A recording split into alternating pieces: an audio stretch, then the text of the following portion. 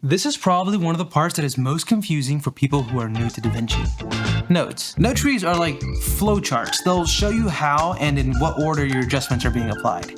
Think of it like layers in Photoshop, but instead of stacking them, you're connecting them in a specific sequence. Here's my basic node tree. After the first CST and ColorChecker nodes, I'll add 3 nodes: exposure, contrast, and balance. Before anything else, I like to correct my white balance. You do this by selecting the eyedropper and clicking on the 18% gray on the ColorChecker. Then I adjust the contrast, and usually I do this by creating some sort of S-curve, but I also bring down the highlights here just a bit. And finally, I adjust the exposure, and I do this mainly by using the offset slider, but I like to mess around with the shadows and the highlights here too. These are the 3 basic nodes I use for all of my grades, and I found that they'll take your look about 80% of the way there, so I spend a lot of time on these nodes before moving on to anything else.